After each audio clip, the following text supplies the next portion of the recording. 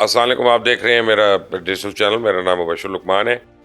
آج شام کو پاکستان تحریک انصاف کا جلسہ ختم ہوا اسلام آباد میں، اور وہ اس جلسے نے بڑے سوالات چھوڑ دیے ہیں. اب وہ جلسہ چھوٹا ہوا ہے، بڑا ہوا ہے، درمیانہ ہوا ہے، قطع نظر اس کے، لیکن اس جلسے کے بڑے دور رس نتائج ہوں گے، اور اب وہ نظر آنا شروع ہو گیا. اور میں آپ کو بتاؤں، اس کے دو تجزیے آ رہے ہیں، اور دونوں میں آپ کو بتا دیتا ہوں اپنی اس گفتگو میں. سب سے پہلے تو آپ کو جلسے کا متعلق بتا دوں کہ جو جلسے کی پرمیشن تھی وہ 4 بجے سے لے کے 7 بجے تک تھی، اور خود پاکستان تحریک انصاف کے جو قائدین تھے انہوں نے جا کے جب اسلام آباد انتظامیہ سے ریٹن ایگریمنٹ کیا تھا تو اس میں انہوں نے یہ تمام چیزوں پہ ایگری کیا تھا کہ ہم بند کر دیں گے.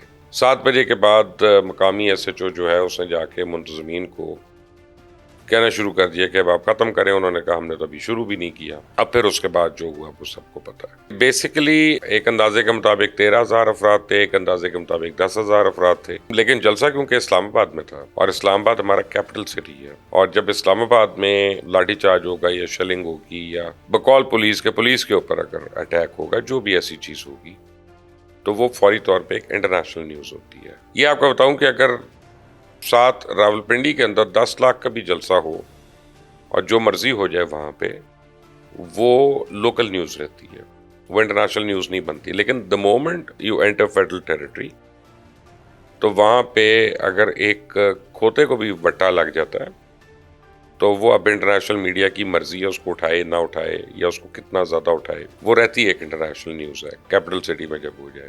تو جس طرح سے پولیس گئی وہاں پہ اور انہوں نے کہا کہ ابھی ڈسپرس کرو، کبھی ڈسپرس کرو. اور محسن نقوی صاحب ظاہری بات ہے وزیر داخلہ وہ ہیں تو انہی کی بات کی جائے گی کہ وزیر داخلہ کو وہاں پہ ریسٹرینٹ شو کرنا چاہیے تھا. یہ شاید اگر کوئی پولیٹیکل آدمی وزیر داخلہ ہوتا تو وہ اس کو بہت بہتر طریقے سے ہینڈل کرتا، اور وہ جو ہے تھوڑی سی ریسٹرینٹ بھی دکھا دیتا. لیکن انہوں نے وہاں پہ ایک دم سے ہائی ہینڈڈنس دکھائی، چاہے اس کی جو مرضی ریزن ہو، اس کی جو مرضی وجہ ہو، لیکن اس کا جو فال آؤٹ ہے وہ بہت اگلی ہوا. اب اس فال آؤٹ سے دو چیزیں سامنے آ. پہلی بات تو یہ ہے کہ جو ابھی تک پاکستان تحریک انصاف اور اس کے مختلف ٹرولز جو ہیں، جو سوشل میڈیا کے پر انہوں نے بھرمار کی ہوئی تھی کہ عمران خان کی بات چیت چل رہی ہے، جیل کے اندر ملاقاتیں ہو رہی ہیں، وہ ساری کی ساری جو ہے نا وہ تو جھوٹ نکلا. کیونکہ اگر جیل کے اندر میں ملاقاتوں کی بات مان لیتا اور یہ کہ معاملات طے پا رہے ہیں اور بس پہنچ گئے آگے تک، اب اسٹیبلشمنٹ جو ہے عمران خان کو نکالنا چاہتی ہے، اگر یہ ساری باتیں میں مان لوں تو جناب بات یہ ہے کہ پھر آج جو دھمکیاں تھیں یا علی امین گنڈا پور نے جو دھمکیاں دیں، پھر ان کا جواز نہیں بنتا تھا، نہ ان کی ضرورت تھی. اب آج کیونکہ انہوں نے دھمکیاں دے دی ہیں تو کسی نہ کسی فارم میں ان کو کل اس پہ عمل بھی کرنا پڑے گا. نہیں کرتے تو اپنی پولیٹیکل آپ سمجھیں ایک ساکھ ان کی افیکٹ ہوتی ہے، اور کرتے ہیں تو پھر پورا ملک میں ایک انارکی کی سچویشن کریٹ ہوتی ہے، لا اینڈ آرڈر کی سچویشن کریٹ ہوتی ہے. رانا ثناء اللہ کی بھی سٹیٹمنٹ آ گئی، فیصل واڈا کی بھی ان کی سٹیٹمنٹ کے اوپر سٹیٹمنٹ آ گئی. اب یہ میرا خیال ہے کہ یہ جلتی پہ تیل کا کام کر رہی ہے، نتھنگ مور دین دیٹ. اور دوسری بڑی بات یہ ہے کہ میں آپ کو 2 مہینے سے کہہ رہا ہوں کہ ستمبر جو ہے یہ تبدیلی کا مہینہ ہے. ستمبر میں بہت کچھ ہونا ہے. تو اگر یہ سب کچھ ایسکلیٹ کرتا ہے سارا کچھ یہاں سے، تو پھر اس کا مطلب ہے کہ یہ پوری بساط بھی لپٹ سکتی ہے. کسی کو اچھا لگے یا کسی کو برا لگے، but fact of the matter is کہ اب اگلے 2 ہفتے جو ہیں یہ بڑے کرٹیکل ہو گئے ہیں، اور اس حکومت کے لیے بڑے کرٹیکل ہو گئے ہیں کہ یہ سارے معاملات کو کس طرح سے ہینڈل کرتی ہے. اس حکومت میں آج وزیر داخلہ نے جس طرح سے اس جلسے کو ہینڈل کیا وہ کافی ایمیچورش تھا. میرا نہیں خیال کہ ان کو یہ کرنا چاہیے تھا، لیکن انہوں نے کر لیا.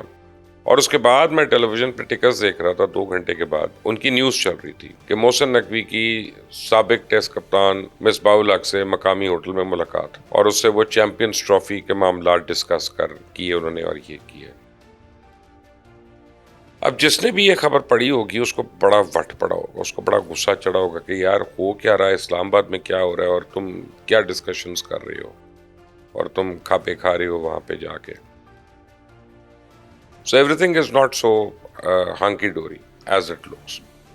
دوسری بات یہ ہے کہ پی ٹی آئی کو اتنی جلدی کس بات کی پڑ گئی ہے اور 2 ہفتے کے الٹیمیٹمز کیوں آ رہے ہیں علی امین گنڈاپور کی طرف سے؟ تو چڑیل نے میری خبر دی، وہ کہتی ہے کہ جنرل فیض حمید جو ہے وہ گانے گا رہا ہے اندر۔ گانے کا کیا مطلب ہے؟ گانے کا یہ مطلب ہے کہ اسے پوچھا جاتا ہے یہ 1 لائٹر اس کا حساب، تو وہ جتنے لائٹرز ہیں سب کا حساب دینا شروع ہو جاتا ہے۔ اسے پوچھا جاتا ہے ایک چیز، تو اس کو اس چیز کے متعلق جتنی باتیں پتہ ہیں وہ سارے کے سارے بتانا شروع ہو جاتا ہے۔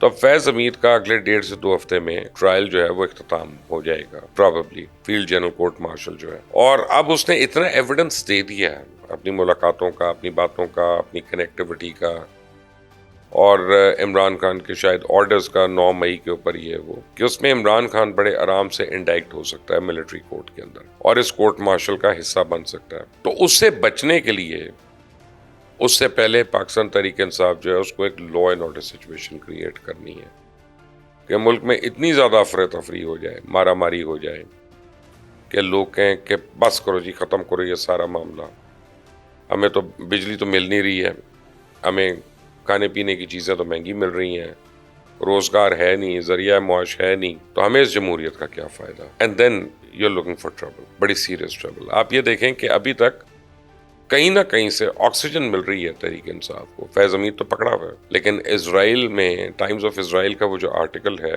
وہ آپ کو بہت کچھ بتا دیتا ہے کہ کتنی آکسیجن آ رہی ہے، کہاں تک آ رہی ہے، پلاننگ کہیں اور ہو رہی ہے۔ خواہ میں یہ نہیں ہوتا کہ جو روپوش لوگ ہیں جو بھاگے ہوئے ہیں وہ سردی نمودار ہونا شروع ہو جائیں، پھر وہ مزید تقریریں کرنا شروع ہو جائیں، اس کے بعد وہ جو ہے جو سیکنڈ بھی نہیں بلکہ 3rd ٹیئر کی لیڈرشپ ہے وہ سڈنلی آ کے اتنے ہیوی قسم کے الٹیمیٹمز دینا شروع ہو جائے، صوبائی حکومتوں کو وہ الٹیمیٹم دینا شروع ہو جائیں جیسے مریم نواز کو آج دی علی امین گنڈاپور نے۔ تو ایک چیف منسٹر دوسرے چیف منسٹر کو دھمکیاں دے رہا ہے تو اور پھر بنگلہ دیش کا ذکر کر رہا ہے۔ سو دس از آل ویری ویری سیریس۔ اب جلسہ تو کل مولانا نے کیا لاہور کے اندر، مولانا فضل الرحمان نے، اور وہ بہت بڑا جلسہ تھا، بہت بڑا جلسہ تھا، لیکن لاہور میں نہ کنٹینرز لگے ہیں، لاہور میں نہ ٹریفک بلاک ہوئی ہے، نہ کوئی لا اینڈ آرڈر سچویشن ہوئی ہے۔ It was business as usual, لوگ اپنے گھروں سے نکلے بھی ہیں، کام بھی کیا، واپس بھی گئے ہیں، اور جلسہ بھی ہو گیا اور کامیاب بھی ہوا۔ یہ پی ٹی آئی کو ہمیشہ کیوں پرابلم ہوتی ہے؟ تو اب جب اس کی انویسٹیگیشن ہوگی کہ وہ 26 نمبر چنگی کے اوپر مسئلہ شروع ہوا، اور جب آپ اس کے ریزیڈنٹس کو دیکھیں گے تو وہاں آپ کو صرف افغان نظر آئیں گے، یہ بہت بڑی تعداد میں افغان نظر آئیں گے۔ تو آپ دیکھیں کہ یہ 9 مئی کے واقعات میں بھی افغان ملوث تھے، ٹی ٹی پی والے بھی ملوث تھے، زمان پاک کے باہر جو لوگ دھرنے ڈال کے بیٹھے ہوئے تھے اس کے اندر بڑی فوٹیج موجود ہے، اور ٹی ٹی پی کے کچھ وانٹڈ لوگوں کی بھی اس میں تصویریں آ گئی تھیں۔ خود عمران خان نے کہا، یہ تو مانا انہوں نے کہ پیٹرول بمز ہمارے بندوں نے پھینکے۔ اب جو سیاسی لیڈر پیٹرول بم پھنکوا سکتا ہے وہ پھر بہت کچھ کروا سکتا ہے، اور یہ تو اس نے مان لیا۔ حکومت جو ہے وہ کل سے لے کے اگلے 3-4 دن کے اندر ایک آئینی ترمیم لانا چاہ رہی ہے۔ اس آئینی ترمیم میں بیسیکلی تو جوڈیشل معاملات کے اوپر ہوگی۔ آپ دیکھیں جیسے ہو سکتا ہے کہ قاضی فائز صاحب جو ہیں ان کی مدت ملازمت میں توسیع ہو، یا نئے چیف جسٹس بنانے کا جو طریقہ کار ہے اس کو وضع کیا جائے اور اس کو مختلف کر دیا جائے کہ 3 نہیں 5 نام آئیں گے، اور ان میں سے پرائم منسٹر جو ہیں ایک نام چوز کر دیں یا پریزیڈنٹ ایک نام چوز کر دیں ان میں سے۔ تو اس میں پھر یہ 2 بیچ کے اسپائرنٹس جو ہیں جیسے جسٹس منصور علی شاہ ہیں، جسٹس منیب اختر ہیں، یہ لوگ رہ سکتے ہیں اس میں۔ سو ریٹیلیشن تو ہوگی۔ اگر کل یہ بل آتا ہے یا 5 دن کے بعد آتا ہے، جب بھی آتا ہے تو اس کے اوپر آوازیں تو اٹھیں گی، ریٹیلیشن بھی ہوگی، چیلنج بھی ہوگا، اور خود ڈفرینٹ کورٹس جو ہیں وہ ڈفرینٹ قسم کی ڈائریکشنز لے رہی ہیں۔ جیسے ایک جج صاحب کی ڈگری کا معاملہ تھا کہ جن کی ڈگری غلط ہے یا جعلی ہے یا 2 نمبر ہے، تو سندھ ہائی کورٹ نے اس کے پر سٹے دے دیا، اور یہ اپنے ہی فیصلے کیے ہوئے تھے کورٹس کے کہ جناب آپ بغیر سنے کسی کو آپ فیصلہ نہیں دے سکتے۔ لیکن اس صورت میں وہ جو جامعہ تھی جس کی یہ ڈگری کی بات تھی اس کو تو بلا کر نہیں سنا گیا کہ آپ بتائیں جی آپ کی ڈگری اصلی ہے کہ جعلی ہے، لیکن اپنی مرضی کا ایک آرڈر دے دیا گیا۔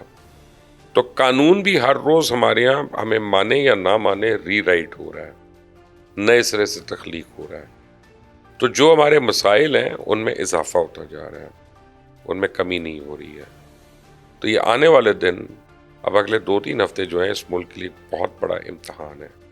اللہ تعالیٰ خیر میں رکھے سب کو، اللہ تعالیٰ عافیت میں رکھے سب کو، اور خاص طور اس ملک کو، کیونکہ ہماری اشرافیہ یا ہمارے سیاستدان جو ہیں وہ تو مل کر اب پیچھے پڑے ہیں کہ ہم نے کسی طرح اس ملک کو خدا نہ خواستہ توڑ کے، اس کے ٹکڑے کر کے ہم نے اپنا نام تاریخ میں لکھنا ہے.